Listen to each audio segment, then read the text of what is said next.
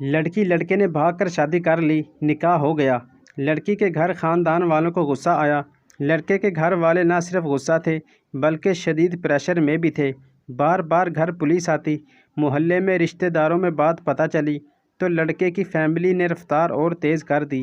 لڑکا لڑکی کو ڈھونڈنا شروع کر دیا۔ دونوں خاندانوں کے بڑے بزرگوں نے لڑکے لڑکی کے ملنے پر دونوں کو کہا خوش اسلوبی سے مان جائیں۔ اب جو کرنا تھا ان دونوں نے کر لیا، پر لڑکی کے ماں باپ رشتہ دار نہ مانے اور یہ شرط رکھی کہ لڑکی ہمارے ساتھ جانے دیں، آپ کچھ دن بعد لے جانا، اس کی رخصتی کرنا چاہتے ہیں ہم، تاکہ محلے اور رشتہ داروں میں بدنامی نہ ہو۔ دونوں مان گئے۔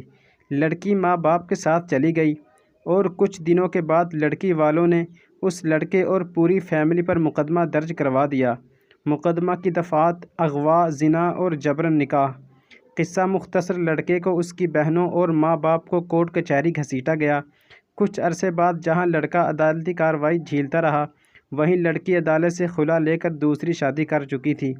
یہاں کچھ سال بعد جس تاریخ کو لڑکا بے گناہ ثابت ہوا، بری ہوا، اس دن لڑکی ایک بچی کی ماں بن چکی تھی۔